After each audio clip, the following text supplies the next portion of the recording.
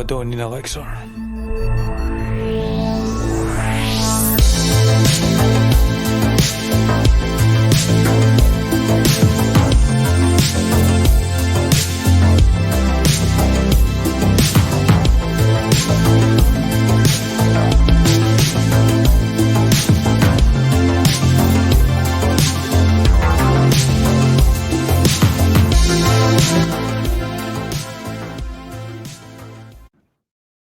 Broadcasting from Glasgow, Scotland, this is the Caledonian Elixir. I'm your host, Vincent Lawler, and you can call in by calling free from the UK on 0738 745 3353. That is 0738 745 3353. The international calling number is also available on the screen, or you can click on the link and follow the simple instructions. And whether you agree or disagree, it's free. So click on the link, call in, and join the discussion. Or you can leave a live chat that way too.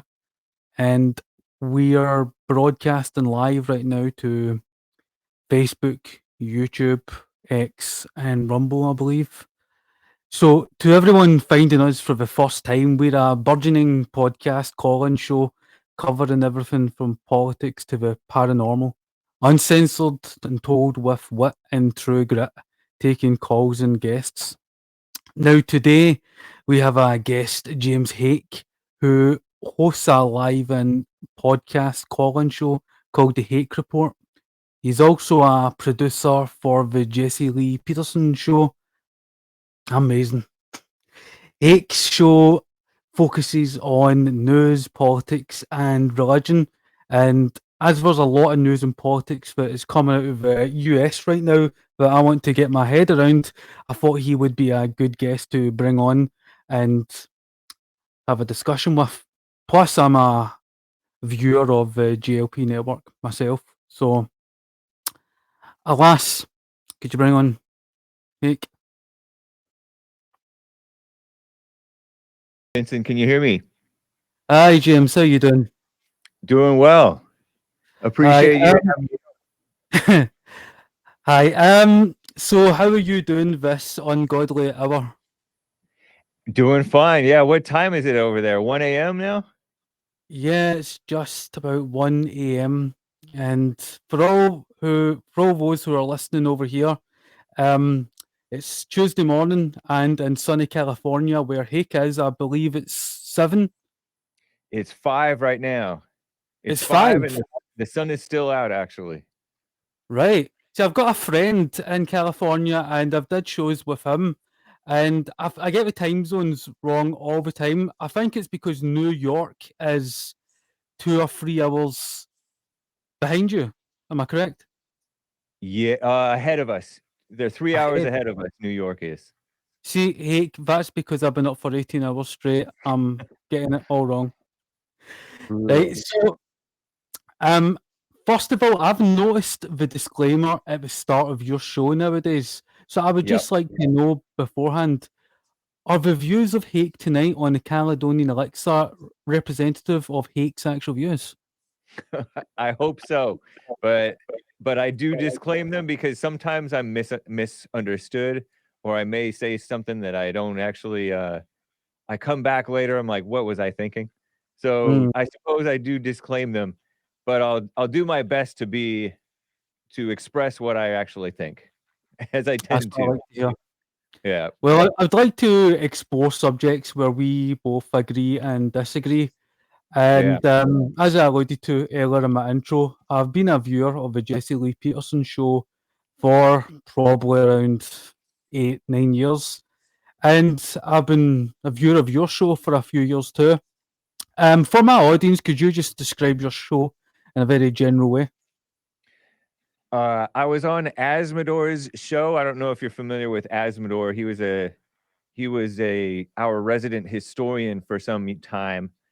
He was a white radical, if you will, but he really appreciated Jesse's message about anger, and he really came to agree with JLP on that, and he really liked me.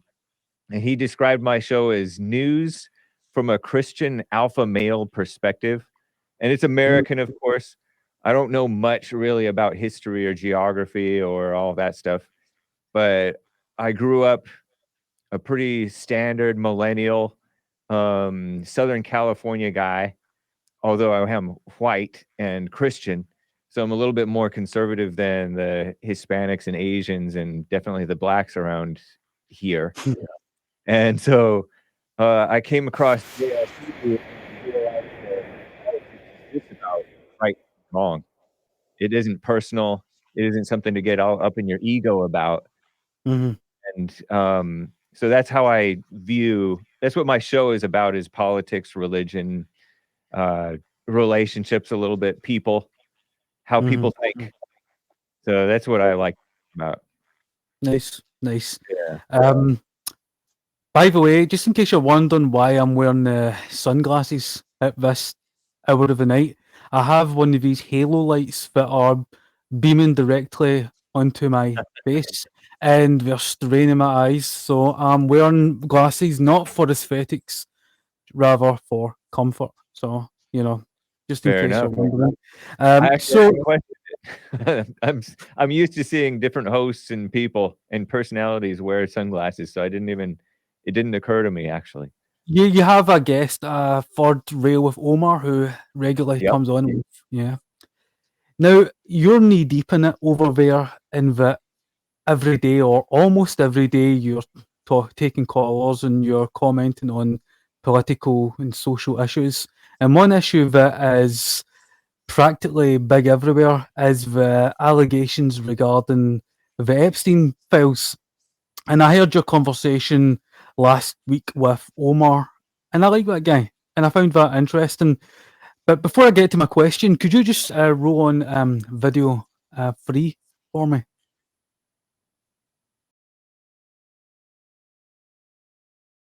So now, by coming in and being part of the cover-up, the Trump administration has become part of it. I mean, it's just you cannot see it any other way. So I just got to the office. So I'm gonna go throw up actually, and this only happens every few years when something really bad happens or something. I mean, I'm physically gonna puke probably right now. My mouth is watering right now. Could you do one more short clip? 4. A lot of people owe Elon Musk an apology because Elon Musk said, I believe in June, during his split with Trump, just weeks before the war in Iran began, Elon Musk, if you recall, he said publicly, the reason Trump won't release the files is because he's in them. Does anybody remember this? I don't know about you, but I feel like that was memory hold. I feel like nobody is talking about that. Nobody has. So, Hake, you know who those guys are, Fuentes and Jones. Yeah. And their views are interesting on that. Do you think there's a split in MAGA or the right over the controversy involving Epstein and the allegations involving Trump and Epstein? What was your question? Do you think there's a split in MAGA or in the right regarding the controversy with Epstein and Trump? Yeah, I definitely think that there is a split, at least for the time being, between Trump and the Trump faithful and the people who are real interested and passionate about this Epstein situation. And it's interesting because there's a lot of guys who are really into this topic whom I really admire. Nick Fuentes, Alex Jones. There's another guy, Mike Cernovich, who actually was instrumental in getting a lot of the files released via Freedom of Information Act. And I don't know where Cernovich stands on what Trump has been doing and saying about it, but I'm still with Trump. I totally like those guys. I'm not accusing them of anything. I don't actually know everything about what they're talking about, but in some cases it's just it is exaggeration. And so What's exaggeration? in the sense that I don't think that Nick Fuentes really thinks that Trump is compromised by Epstein and in those Epstein files. I don't really believe that he thinks that. It seems to me that he's just hamming it up, and he's right that we shouldn't have, a lot of us hated Elon Musk for saying, "Oh, Trump is in those Epstein files. Have a good day, Donald." Because Elon Musk I don't believe that he really knew anything. I think Elon Musk was just getting a pot shot in on Trump when he was having a disagreement with Trump about something.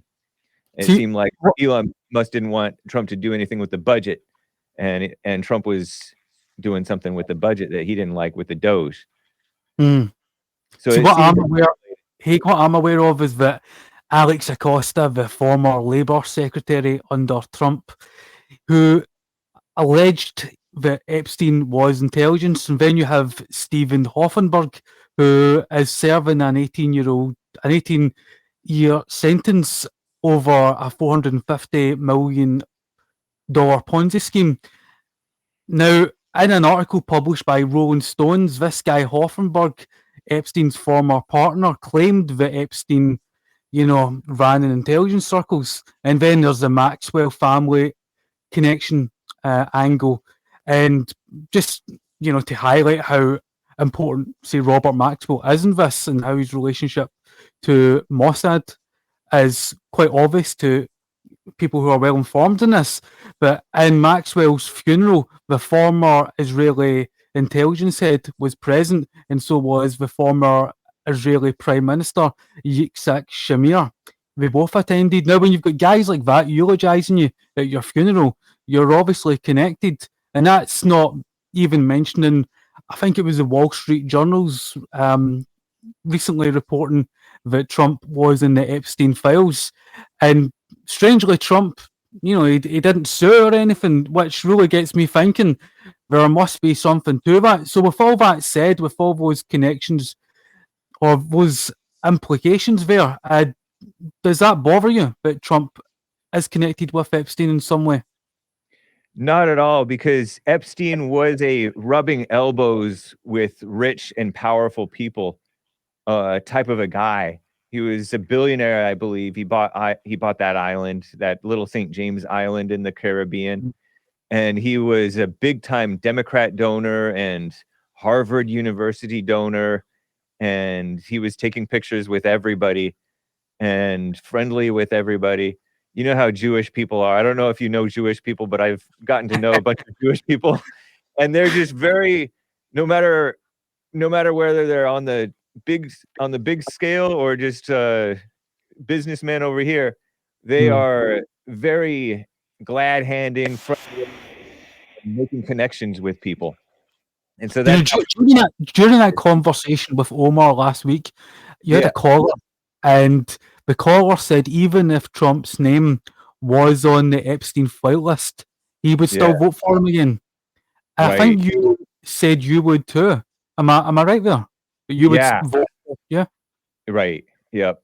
Because I don't think that Trump did anything wrong. I think what happened with people said that he borrowed Epstein's plane when his plane was broken down, and he flew from New York to Florida, that he didn't go to the island. But even if he went to the island, doesn't mean that he did anything wrong. And even if he did something wrong, slept with a 17-year-old or something way back then, has nothing to do with his presidency. You can see that the man he loves the country, and he's fighting for the country, and he's dealing with real things. And I don't see how it has anything to do with his presidency. He's like our best president that we've had in my lifetime, or at least since I've been paying attention. I've only been paying attention since W/Obama, but he may have been better than Reagan, who was there when I was born.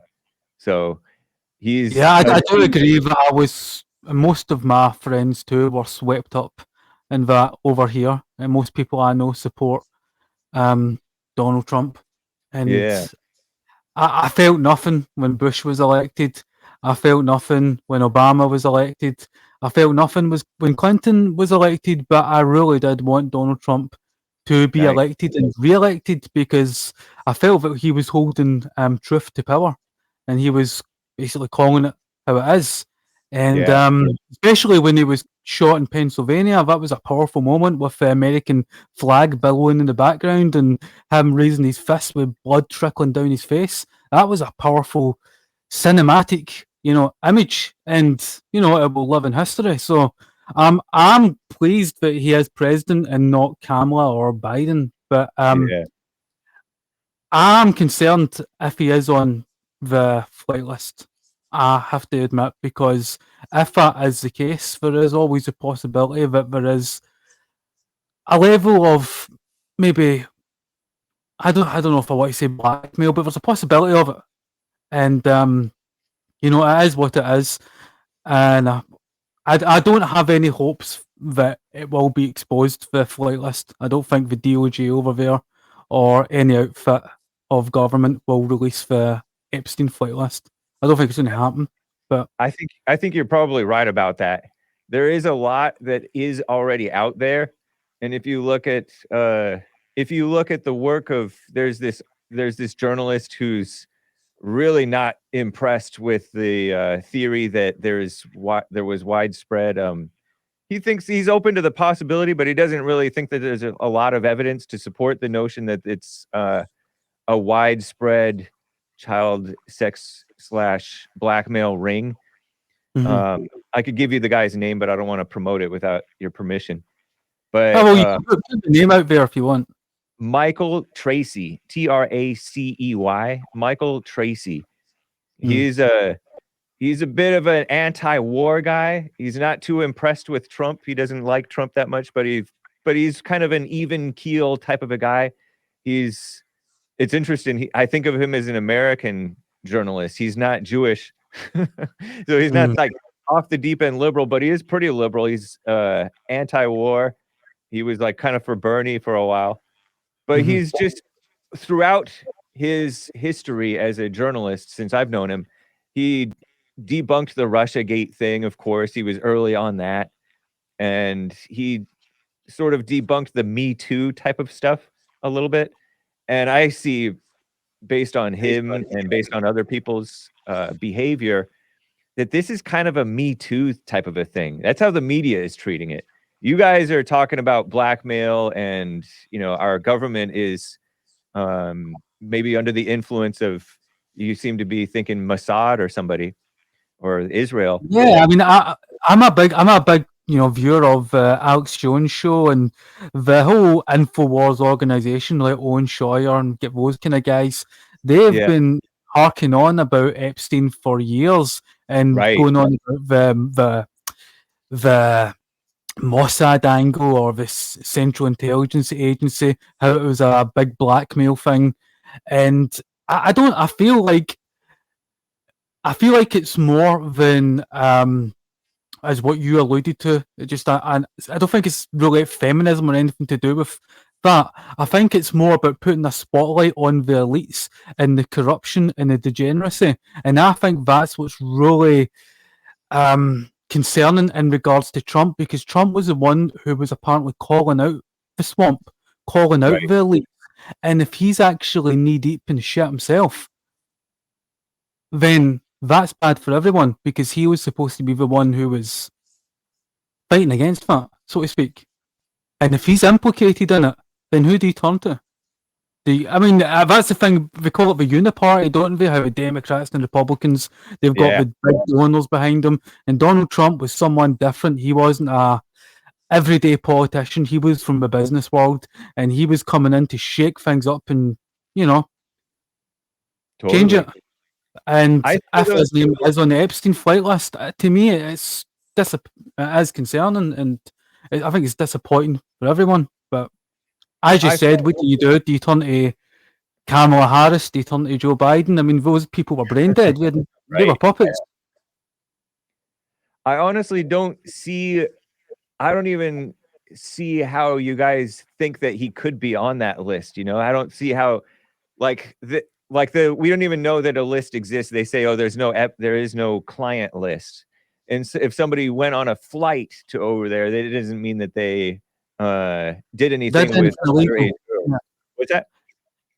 Yeah, true. Even if they're on the flight list, it doesn't mean that anything illegal was, right. You're right. But the reason I think there could be some merit to the fact that he is on the flight list is because the Wall Street Journal reported it, and Trump didn't sue him. Yet he sued Rupert Murdoch's paper last week over the birthday card. Yeah, that was it. Or whatever it was. Why didn't he sue the Wall Street Journal? I don't know. And just because he was on some list, it doesn't mean anything, I honestly, it doesn't even concern me whatsoever. Mm-hmm. And part of it is because I look at how Trump is. We have a lot of degeneracy, and we have a lot of pushing of evil stuff on children across the world. It's pushed by NATO. It's pushed by America. It's pushed by Democrats, and many Republicans have fallen in with it. Trump himself, he was a New York liberal, so he's fine with the gays and he's fine with transgenders. Bruce or Caitlyn, whatever, Jenner going into the women's bathroom in Trump Tower. He's fine with that, but he's not one of these guys who's pushing like Biden. You mentioned Biden for 8-year-olds if they feel like they're transgender to turn the transgender thing. He's not underhandedly pushing gays into the military like Clinton did, like Obama did, big time. He's not pushing the racial division stuff. He doesn't. Nothing about his persona seems controlled, and a lot of people are reading into how he's reacting to this story or non-story. Really, I think of it as a non-story. Right. And they're reading into it like he's acting guilty. But if you just pause and just wait and see, then you'll realize that he's just being his normal, typical self. You'll notice that he never jumped on the bandwagons against men who were accused of raping women. Mike Tyson, he saw that Mike Tyson back in the 80s or 90s was railroaded because some woman went up to his room at 1 o'clock in the morning, and he got convicted of rape, and he spent time in prison for that. He lost a big part of his career over that. Mike Tyson did. And he has been a man, and a man doesn't go with hearsay or gossip or speculation. And unlike some of his staff, like his staff, I don't know about Dan Bongino so much, but Kash Patel was like, Mr. Biden people, put on your big boy pants and tell us who the pedophiles are. But that's not how Trump ever was. Kash was just an excitable, silly person. But Trump is like been a mature, knows how this game is. Take down men with sexual innuendos and sexual fake scandals, because women and people who listen to gossip and think about things in that way will fall for it. But Trump has always been very pro-Israel. I mean, you could say, with these donations and things like that, he has there more influence than not. But basically, no matter what, anybody who becomes a leader in a country is going to have to work with Jewish people and with Israel because they have a whole. Wait a minute, Hake. The fact that you brought up Israel, right? That's what I was going to ask you about next. So another topic, right, that gets brought up a lot in your show, especially as of recent, is the conflict between Israel and the Palestinians and the alleged genocide that's taking place right now. So what's your views on that? I don't have a strong opinion as to whether Israel is right or wrong in their attacking on Hamas and all of the casualties, the other casualties, children, and then people getting sick and starving and stuff. I think there's a whole lot of blame to go around with what's going on over there. So I like Bibi in terms of his persona, Benjamin Netanyahu. He always liked Obama. He did not like Obama. What do you mean by that? What do you mean in terms of his persona? His persona, What do you like the way that he presents himself. you know how you present yourself as manly, dignified, not swayed by politics and stuff like that. That's kind of how I see Bibi. Bibi, Putin, and Trump, they are just manly, and they don't come off as quite as phony as these other politicians. Now, they may do stuff that you disagree with. Bibi may go too hard on the Palestinians. I don't know. And Putin may go too hard on those Ukrainians. I don't know. But those are just unshaken. Just their persona is just a not this fake kiss up politician thing. Maybe if I paid closer attention, I would see it. But I think that he likes Trump. He doesn't like Obama. And so that's another simple-minded way that I see Bibi. Yeah, go ahead. I'm skeptical, and I've heard this.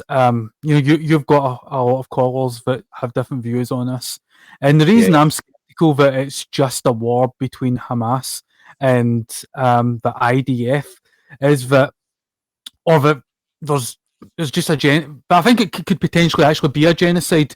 And the reason I'm saying that isn't just because the ICJ, which is the International Court of Justice, is investigating it for crimes of genocide, nor is it due to the ICC, the International Criminal Court, having an arrest warrant for Bibi Netanyahu, or members of the Israeli government, such as Smotrich, calling for the ethnic cleansing of Gaza.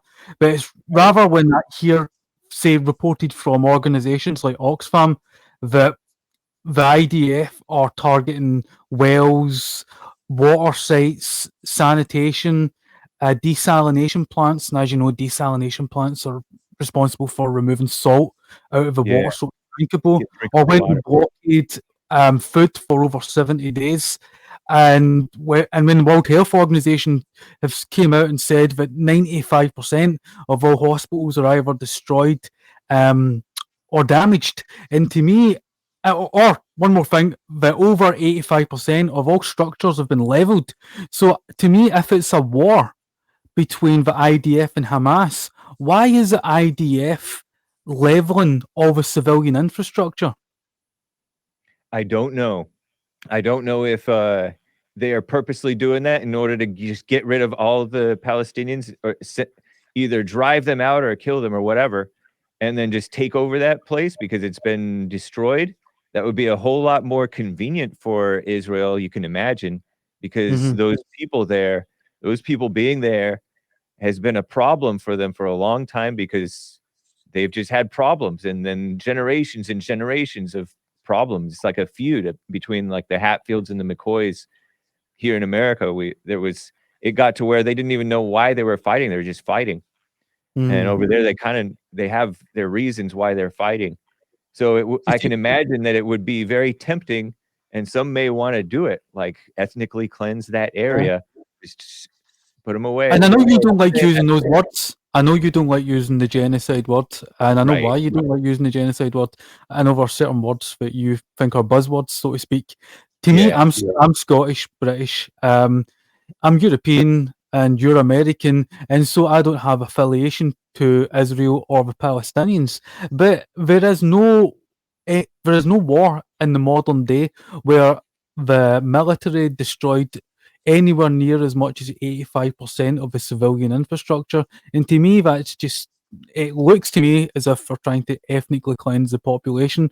And that's just a line that, that I think once you cross, you can't go back. Israel can ethnic cleanse an entire population and think the rest of the world's just going to get on with them. It's not good for the Jewish population. It's not good for Israel. It's definitely not good for the Palestinians. And if you're a Trump supporter, I don't think it's good for Trump. There's a lot of people in the Republican Party, Marjorie Taylor Greene, for example, who doesn't think this is cool. And, personally, I just think what will be will be. I think they will expel them, but I think it's the wrong thing to do. I don't know. I can't say. People say that Hamas has stationed themselves in those hospitals or around those hospitals, and I don't know if that's true or not. I have heard that they use human shields. I've heard that Israel has used Palestinians as human shields, or Hamas as human shields. I'm sure that both sides are doing a lot of wrong, and in a war, there's always going to be wrong done. I don't think that people who are judging Israel, I don't see how they have a place to stand, really, because they're not in that situation that Israel's in. So, But just imagine this, right? So you get a yeah, spokesman for the IDF that say we had to destroy this hospital because there were Hamas soldiers or fighters or terrorists, whatever term you want to give them, identify them as, in that yeah, hospital. Okay, that can happen. So why blow up wells? Why blow up water tankers? Why blow up desalination plants? Why blockade all food for over 70 days? That doesn't destroy Hamas. Hamas still exists. What doesn't exist is the civilian infrastructure. It doesn't look like me that we're fighting Hamas. I mean, Hamas is a bunch of guys essentially right now with balaclavas over their head running about with Kalashnikovs. You know, and the right, IDF have got F-35s, you know, atomic bombs and Reaper drones, and they've got the most advanced military technology, you know, America can sell. And right. again, Hamas is this ragtag army that apparently is hiding in tunnels, so we got to blow up desalination plants and starve an entire population. I'm just not cool with that, man. And you get a lot of callers saying similar things, but I just feel the whole thing's a mess. It's a It is. mess. I believe that Trump wants Bibi to just get it over with and get it done and finish the job. But as you indicated, Hamas is very squirrely. I'm surprised it's lasted this long. I guess they have to be very kind of careful because there are supposedly like still hostages who may be alive that they're trying to get back. Mhm. It's a crazy situation. I don't really have a strong opinion, honestly. I don't know what's going on there. I wish both sides well. Yeah, I And want to move. I do want to move on to something less heated and less controversial, where we see more eye to eye on. That's just two subjects there that I know you get a lot of callers on, and they're two really big topics. I mean, even yeah, Trump right now, he's in Turnberry in Scotland, and he was getting questions right, left, and centre about, you yeah. know. So I had a thought today. I don't know the ins and outs of what's going on, and I'm not like a military guy. I don't know tactics, but two questions or two ideas for you. Can you blame them for wanting those people gone from that area? what people? The Palestinians, all of them, gone from that area, so they just take over that area. If you were Israel, would you just want to take over that place and never have a problem again, ideally?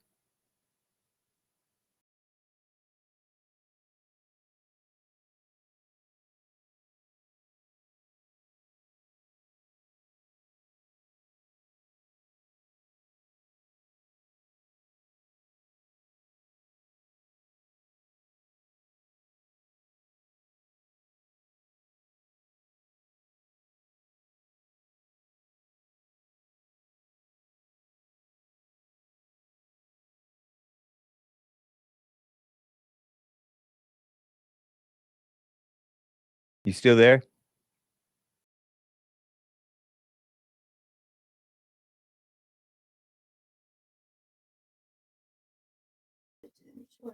Yeah. Not hearing. I'm not hearing. Oh, somebody's talking. I'm hearing on the screen, but I'm not hearing it through my headphones. Can you hear me now? Yeah, I can hear you now. Right. Yeah, I don't know what. There was a woman talking through. Oh, you know what? No, never mind. I'm just. Yeah, there was a woman talking. She's my part-time producer at the moment. Oh yeah, I wasn't hearing her voice. I heard it through the stream. I turned up the volume on the stream and I heard something just now. Can you still hear me? What's that? Can you still hear me just as well as you could? Yeah, I can hear you. I can hear you. I haven't heard her on through my headphones here though. You asked me a question about can I identify with the feelings of the Israelis, and that they want to remove the Palestinians or the Gazans. And I don't even know if that's what they feel, but that's what I would imagine that somebody would want. Can you say that again? I don't even know if that's what that they feel. One of them did kind of make that indication that he wants to clear out that area, one of the guys in Israel, and just take it over. Can you imagine that would be tempting to do? It would be tempting to do if you were psychopathic. Why would you want to cleanse an entire population? There's no need to cleanse an entire population unless you want to create a supremacist state of Israel. Your audio is really bad right now. It's coming really bad. Right. You can. Could you turn? I can barely understand you, actually. Wait a second. Give me a second. I don't know what's going on. Like I can kind of hear you, and then but it's really muffled and underwater.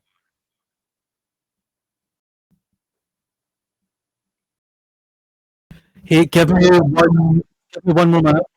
Okay. Yeah, no problem.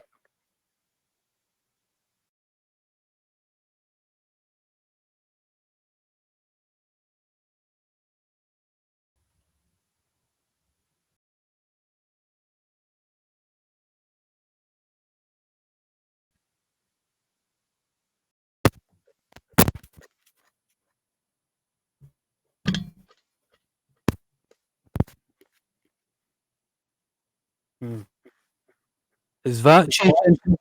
No, it's not changed. At the beginning of when you talk, it sounds fine, but as you talk further, it sort of goes into like a muffled thing. Right. The only thing I can think of is refreshing. I don't know. All I know is when you left There the. must be some looping going on or something. I'm not sure. Yeah, I can do that. Is it because is there like some ever since? So that girl was talking to me. That woman was talking to me.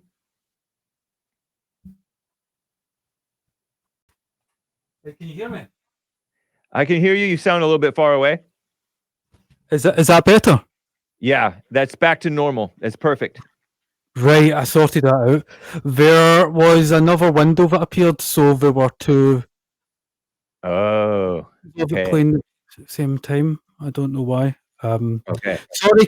Could you just ask that same question again? Yeah. So, can you relate it to the notion you mentioned that they seem to be wanting to just drive everybody out? If I were Israel, I would look at Palestine, that Gaza area, and I would be like, these are a problem people. Why don't we just take over this whole area? I don't know if that's right or wrong, but that's what my temptation would be if I were Israel. Let me ask you, Hake, what would be the benefits of doing that for Israel?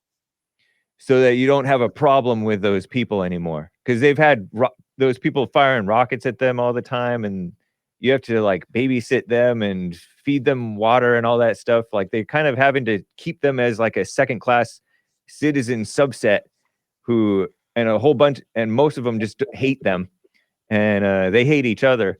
So why not just take over that area? Okay.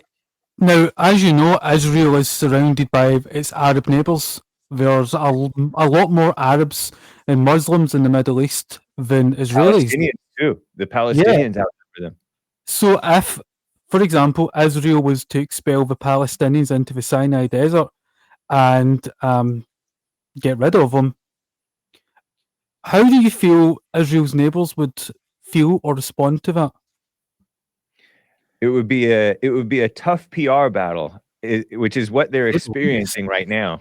Public relations, it doesn't look good to a lot of people who are judgmental of them. So you have to think, what is in the best interests of Israel? and the Jewish people around the world. I mean, listen, I don't know what it's like in California, but over here in Europe, and I've been all around Europe in the last few years, such as Germany, France, the Netherlands. I lived in the Yeah. Netherlands for years too. Israel does not have a lot of support. And the Right. longer this is going on, I know a lot of people who had very Israeli sentiments, and I don't know anyone that supports Israel in this conflict anymore. After October 7th, there were people that felt that was obscene and it was horrible, and that Yeah. Israel had to do something to prevent anything like that from taking place again. But again, when you kill, maim, destroy tens of thousands of children, it doesn't look like a war. It looks like a campaign of extermination. And we shouldn't act, in my opinion anyway, like Israelis did over 2,000 years ago in the Bible. We should act like 21st century Americans. We should act like 21st century Europeans and understand there's rules of engagement. And if you break those rules of engagement and you do some really bad shit to children, I mean, the reason you don't target children is because you don't want your children being targeted. So the moment you start killing women and children, there'll be consequences to that. And Israel doesn't want that. So the best thing is coexistence, in my opinion, between the Palestinians and the Israelis. I would agree that the best thing would be to have peace somehow. I don't know that there's been any proof that Israel is targeting the children, or whether they're just collateral damage, which is what happens with war. I'm not for war, and I like that Trump is a man who wants peace, and he's sought peace at every place that he can. There's crazy stuff going on between Thailand and Cambodia right now. It's not as deadly as here in with this Israel and Hamas thing and the Palestinians. But Yeah, I just don't buy into the notion that Israel are these war criminals necessarily. Maybe they are, but I am resistant to being moved by the hype, because there's a lot of hype on many sides against Israel, and there are people who are critical of the Jewish people and of the Jewish influence in all of our countries, and I understand that, but they fall into siding with the Palestinians and treating the Palestinians like victims and wishing for Iran or some of these groups to just destroy Israel. And that's not a good thing. And that's not going to be good for our countries either. Because if you think that it's bad that Jewish people and they're liberal, they're kind of anti-American and anti-Scotland maybe. If you think it is bad that they're influential right now, cares about Scotland, Hake. We stopped caring about Scotland like 300 years ago. Nice. If you think that they're bad right now, the people who are replacing them, the anti-Israel people who are replacing them, the Muslims and the atheists and whoever else, they're going to be even worse against whites, against Christians, against civilization. Honestly, Do you think it's a civilizational issue or a racial issue? For example, because Israelis, many Israelis, especially modern day Israelis, they have settled from the United States. They have arrived from Western European countries and North American countries. Or if, for example, the first 30 years of Israel's existence, most people that settled in Israel were from Eastern Europe, from Ukraine, from Russia, from Poland. In fact, I think seven of Israel's prime ministers were of Ukrainian descent. Wow. I didn't know it was Ukrainian. That's interesting. Well, definitely Eastern European. And so that's why that country is so civilized, and the rest of the countries, well, I don't know how. I honestly don't know many of these Muslim countries, but Israel is considered to be a nicer place for people to stay. I get that there's a lot of propaganda about Christians getting spit on, but there's a lot more Christians, I think, in Israel than in these other countries. Christianity is an important part of your upbringing, and how you see yourself. So I don't know if you heard this, but Israel targeted and destroyed the last Christian church and Catholic chapel in the Gaza Strip. It was the same chapel that Pope Francis used to call every day to make sure that it wasn't destroyed.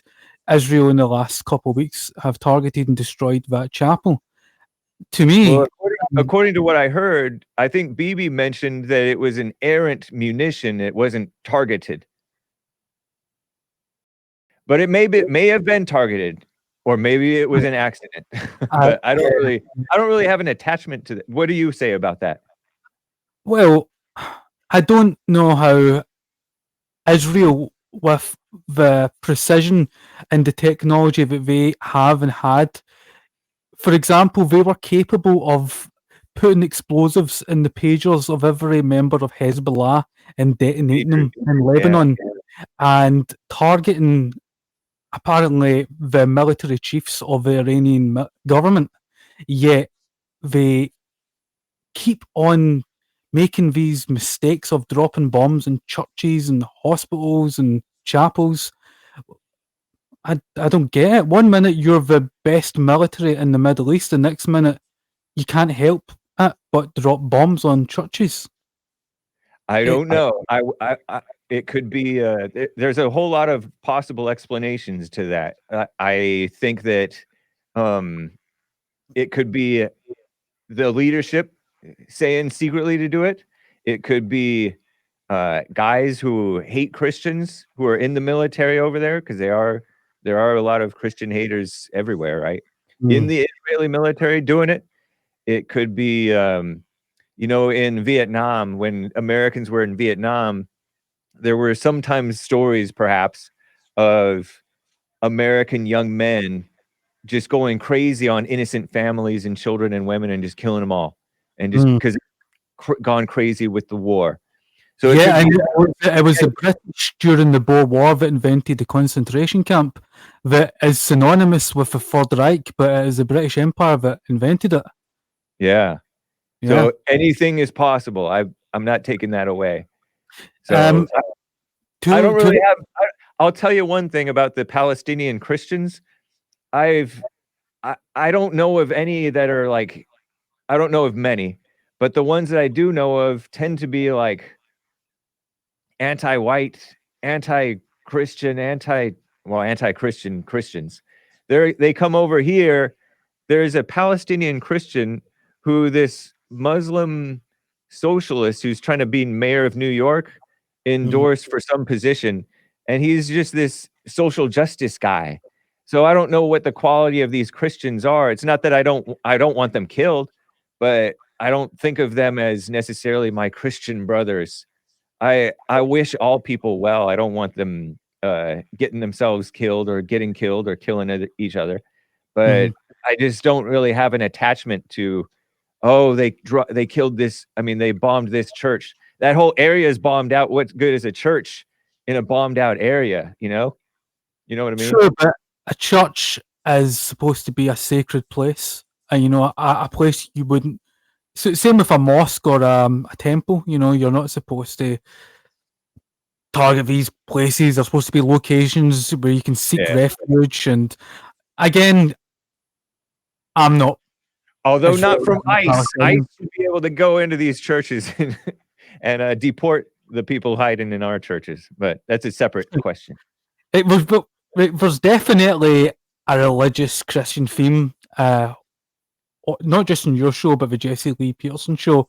How much, if it's even possible to measure, how much of you is how much of your Christian perspective has been influenced by Jesse Lee Peterson? A lot of it. In fact, the reason why I know Jesse is because of his church services. I didn't know about politics. I didn't know about YouTube. I didn't know about I didn't know that the blacks were as insane on the black issue, on their blackness. I kind of knew, but I didn't know that it was that bad until I started.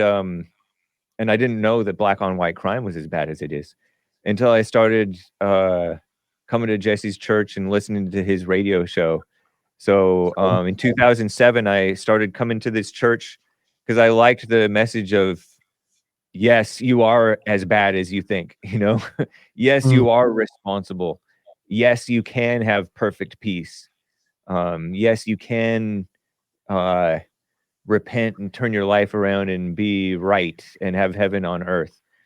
What the Bible says is actually true. Because a lot of times these Christians say, oh, you're just going to continue sinning and you're going to be broken your whole life. And that doesn't, it's not what the Bible says. The Bible says perfect peace. And it just doesn't ring true. So when he broke things down simply, that was a major eye-opening experience. And to this day, there's eye-opening things that he says that just sparks something. Yeah. I remember you calling yourself, what is it, a little homegrown Christian, is that? Yeah, because he calls me that. Yeah. Homegrown. So I was raised Christian with my parents, fairly conservative, white, but not into being white. We were just white. We were just normal Christians. They're boomers, my parents, and my siblings are Gen X.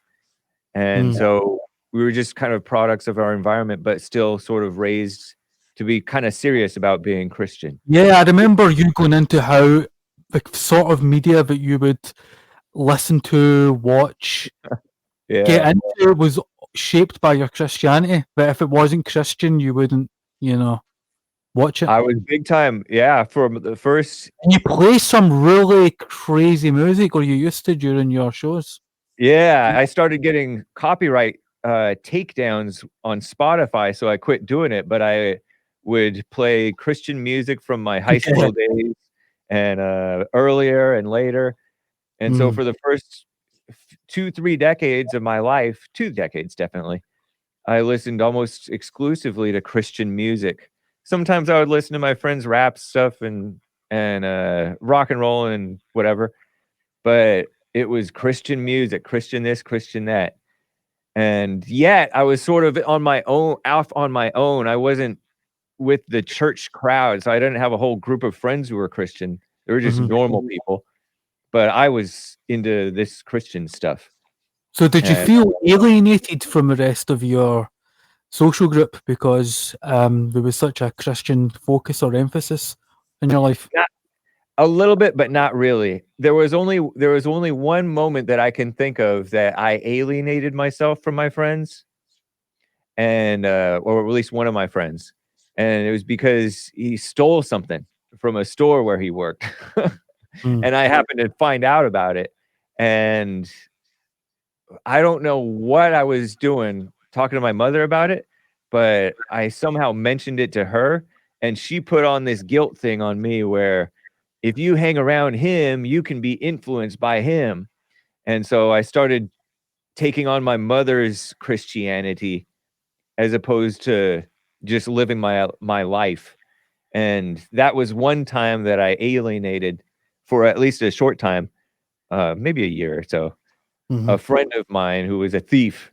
And it wasn't anything that I actually cared about or thought it was my business to change or whatever. But that was one time where I got alienated. But no, it was just an amusing, it's kind of like my show. It's this sort of an amusing quirk of my upbringing and my personality that has hung on, and it's sort of like a conversation piece. It's not something that's seriously dividing me from people. Oh, there was one other thing that kind of alienated me from my friends was I didn't agree with Obama. I didn't agree with the gays. I didn't agree with the illegal aliens. Things like that. Right. I didn't agree with socialism or socialized healthcare.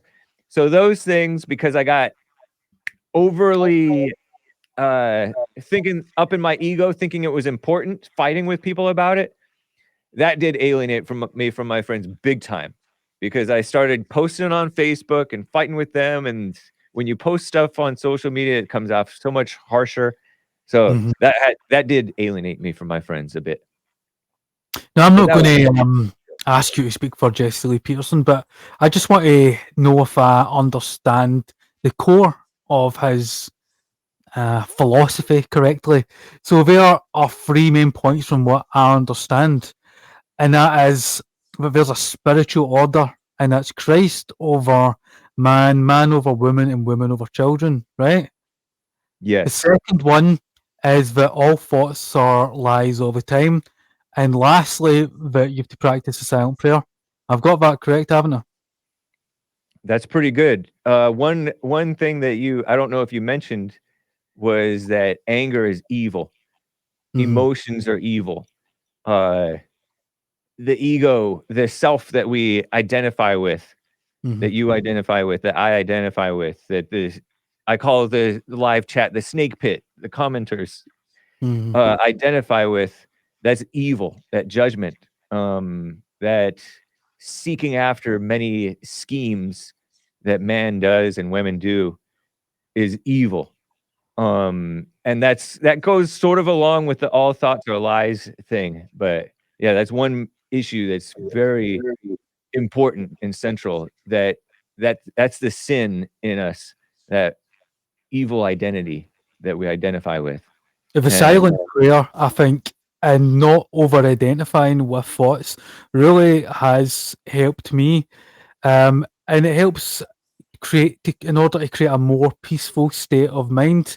Um, and really, that's a philosophy, a message that I've understood even before I tuned in and I heard Jesse Lee. But when I heard Jesse Lee Peterson say a lot of the similar things to what I've read, like I like to study Eastern Vedantic religious scripture texts, and the silent prayer to me is a form of meditation. Have you ever had anyone that has said that to you, that listen, this silent prayer is like meditation? I have heard people say that. Yeah. Yeah, and then there's a Vedantic treatise called the Astavakra Gita, and let me just read out this short passage. Liberation is attained when the mind does not desire or grieve or feel happy or angry. That sounds like something you would hear from a Jesse Lee Peterson. Repeat that. Liberation is attained when the mind no longer desires, grieves, feels happy, or feels angry. Nice. And that's again, that's from the Astavakra Gita, and it sounds like something you would expect to hear from Jesse Lee Peterson. And Possibly. yeah, but we wouldn't use the terminology liberation, but about the mind in terms of being free from desire, from happiness, from anger, and not identifying with it. That sounds like Jesse Lee Peterson. So when you just change some of the words there, there's that strain of, you know, thought or practice or meditation that runs through many overlaps with many forms of religion. I mean, have you ever heard of a priest called Miguel de Malonos? Not that I can recall. He was a Spaniard priest in the 1600s who was excommunicated from the Catholic Church because he practiced a form of prayer similar to the silent prayer. And Malonos said there are two types of prayer: one with words and sentiments, and the other of obscurity. And the first one is to gain souls, and the other one is to purify them. And again, it's that allusion to having a prayer where you don't really know what you're wishing for, where it's just full of sentiments, things that you want in the moment, and another form of prayer that is about purifying yourself, and it's not about wishing for anything. It's about purifying your soul. And again, that to me is like something that Jesse Lee Peterson would say, or I would expect to hear from yourself. And have you ever heard of, as you said, you haven't heard of Malonos, you haven't heard of Astavakra Gita, but that philosophy that you guys, don't know what to use the word preach, is that acceptable to say that? Preach? Like, would you say that you preach that? Sure. Yeah. Yeah, it's familiar to people around the world from, Vedantic mystics to Sufis in Islam, to priests in the 1600s as really beneficial. And yeah, like, do you know where Jesse Lee Peterson learned that? Because I have noticed an evolution in his thoughts and his church and his message throughout years. I've seen videos of his going back way over a decade, and there has been an evolution there. I have noticed, I don't know if I don't know necessarily, but I have noticed that different things, either different themes or different things that are going on in my mind, in my life, I pick up on more from his message in recent years, and then in prior years, and then in the early years, that do develop and change. And I'm sure he goes through things and gains new wisdom. And he's talked with many, many, many people through counseling and his interviews on his radio show and his TV shows since 1990. So I'm sure that that he's open to learning even from his enemies, you know. And what you're talking about, it reminds me in the Bible that talks about people who never heard the law, yet they have the law of the heart within themselves because God made them. So God can communicate with them, you know. And so they naturally have a glimpse of a part of the truth. And so I love that. Because there's hope for that means that there's hope for everyone. Yeah, it's a message that really resonates even if you don't identify as Christian. And there's another thing about not even identifying as Christian. Yeah. You just live it. Yeah, totally. Because there's people who are team Christian, and like you mentioned, that priest or whatever, that guy's Miguel, whom you mentioned, he may have been right, and the establishment threw him out. Like Jesus was right, and the establishment of his time threw him out and threw him to be crucified.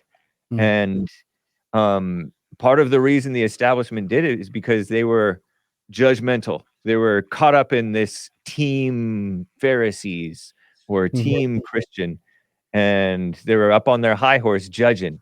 And that's why I encourage people, don't be too quick to judge Elon Musk or Donald Trump or each other. Nick Fuentes, don't be team Nick Fuentes or team anti Nick Fuentes. You know, there's a lot of division that's just unnecessary. If you're just not really moved and you're still faithful to your friends and your enemies as a decent and honorable person, then life works itself out and you're a light in the world, I think. Yeah. But again, not just with other people, but yourself. I mean, how many times have you looked back in your own life, and as you said, you alluded to the reason you have this disclaimer is because sometimes you say stuff or you've said stuff in the past, and you went, shit, why did I say that? You know, right. we all change. You know, you've got callers on your show who have in the past identified as communists and are no longer communists. That's right. Socialists, and you know, you were never a communist, you were never a socialist. You know, you're not even a Christian. That's right. Stop getting these ideas in your head and that you identify with the idea, and then that you become obsessive over that idea, and then you know you're wrapped up in it and it controls you. And that's one thing I really take from that the JLP network, yourself, Jesse Lee Peterson. But you know, don't get stuck in your thoughts. It's something that really does help. Hake, who's your favorite caller? My favorite caller? Well, I call Maze my favorite caller. I haven't heard from her all month because she may be boycotting White History Month. She may even boycott Men's History Month, which is coming up come Friday. So I may not hear from her for a couple of months, but I used to call her my favorite caller facetiously. I was joking. She's a woman I that's actually found her annoying, but there's something about her that I can appreciate too. I Yeah. almost want to call it sweet, but she can be really nasty actually. So I don't want to be overly gracious to her or overly nice to her, but I do appreciate hearing from her. I really like talking with. There's a young man named Alex in California, San Diego, I think. I'm not sure, and he comes in with. Lately, he comes in with short, brief points and questions and clarity that really just cut through the crap. And he's probably my current favorite caller, honestly, at the moment, because he's seeing things sort of dispassionately, and he may have his opinions, but he's just calm and cool about it, and it sets a really good example, I think. Right, before I let you go, I need to take a leaf out of the fallen state and put you on the hot seat. All right, sounds good. So, Hake, what is a woman? A woman is a female lady, grown, who has decency and has a bit of decency in class and is checking herself, watching herself. What is anger? Anger is pride. Are the moon landings real? Yeah, I think so. Yes. Really? Okay. Russia or Ukraine? Oh man, Russia, easy, man. And I love Ukraine, but shout out, but Russia. Does a giraffe have lips? Yes, I'm pretty Yeah. sure. Well done. Ask me Israel or Palestine. I think I know the answer to that one, but You already know Israel or Palestine. And I shout out to them. Right. But Well, Hake, it's been great having you on, and you know, it's been good to speak to you. And although I think it's 19, 20 hours I've been awake now, it was worth hanging on for. So thanks for being on the Caledonian Alexa, and I'll, be checking out the Hake report. If there's anything you'd like to promote or tell the audience about before you leave, check out the Church with Jesse Lee Peterson and the Silent Prayer, like you mentioned, the Silent Prayer, rebuildingtheman.com/silent prayer and rebuildingtheman.com/church. And if you're ever in LA, you or any of your listeners, and you can get to either a men's forum first Thursday of the month, 7 p.m. at Bond in Los Angeles, typically, or women's forums third Thursday of the month, 7 p.m. at Bond in Los Angeles, and then stay through for church. Even if you're not Christian, you don't have to be Christian. I do recommend doing that if anybody can do that. I really like those meetings and the church services. And thanks for having me. I had a lot of fun, and I really appreciated meeting you. And it's been tough not being able to hear from Denny from Bulgaria and a lot of the overseas callers for whom Skype used to be an easy way to call in to our 888 radio show number. So I'm glad to talk with you, man. What an honor. you have a Scottish caller, don't you? Someone. Yeah. I heard him before.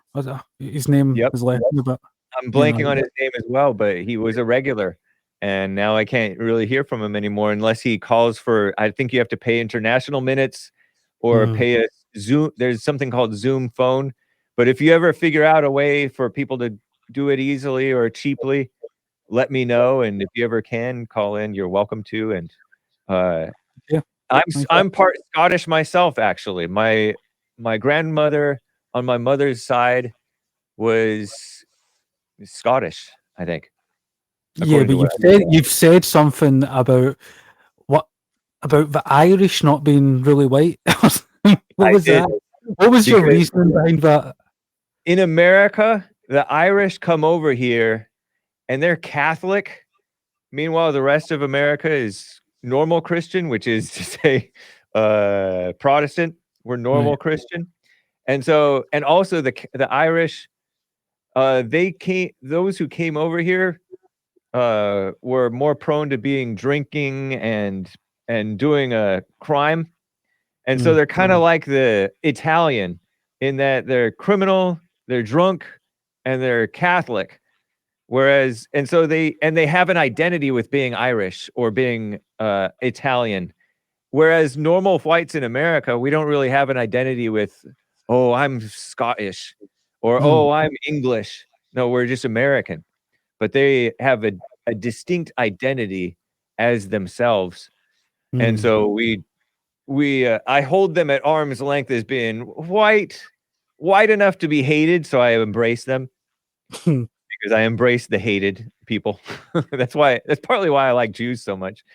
Do you have any Irish colours? I have.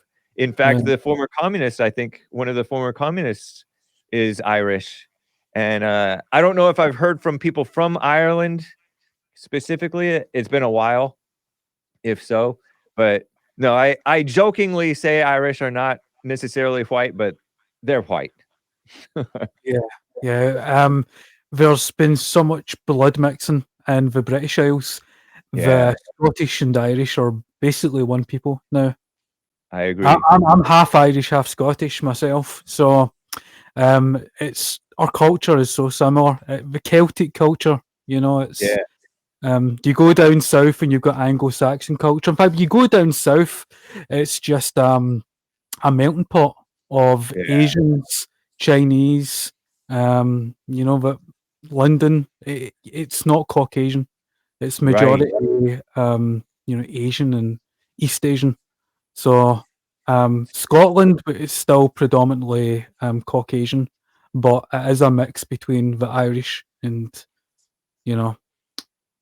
Picts.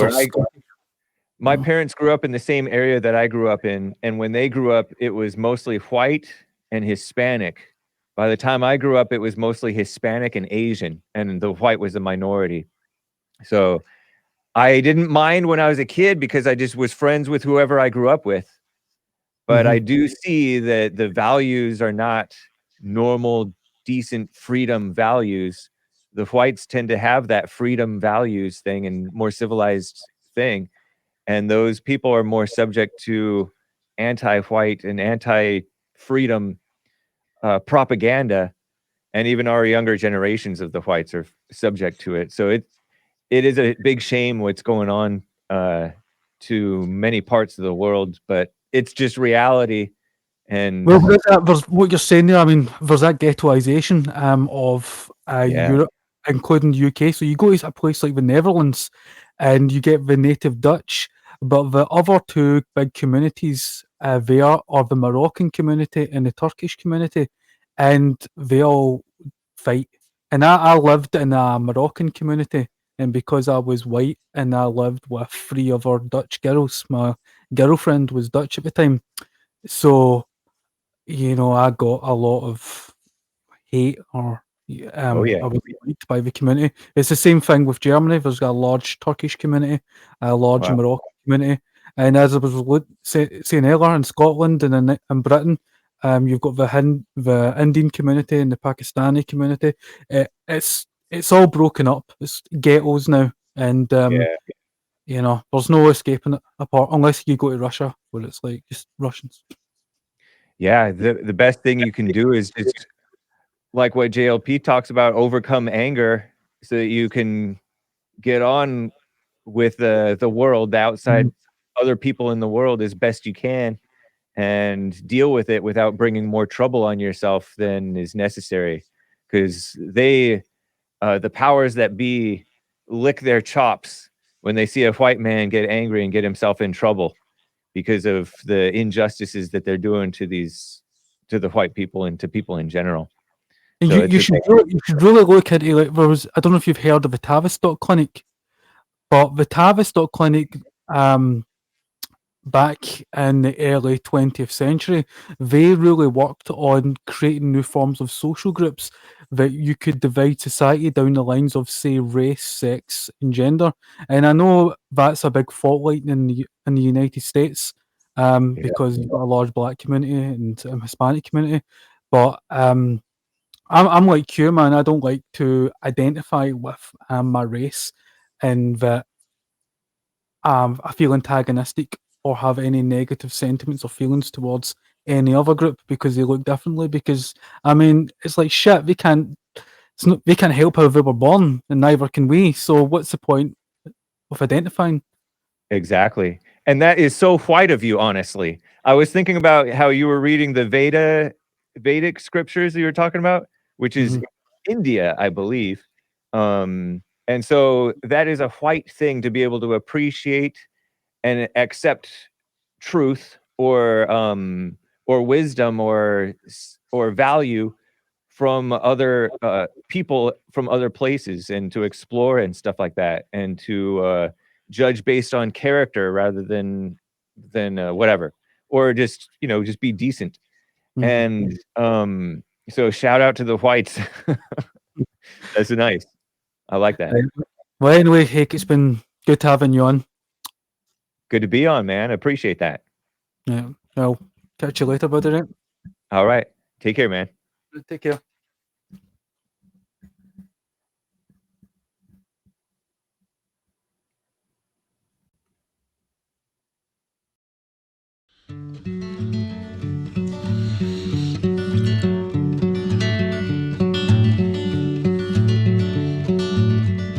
Gold-pressed platinum, slip strips and bars. If you ever find some, you can lose it in quarks. Get a Ractogino, spin the double wheel. Hold her a black hole, just depends how you feel. Yeah, it just depends how you feel. Gold-pressed platinum, you know it's a gas. Morn vomits it up into a tiny little glass. Liquid platinum, more you amass. Better than bronze, cobalt, silver, nickel or brass. Silver, nickel or brass.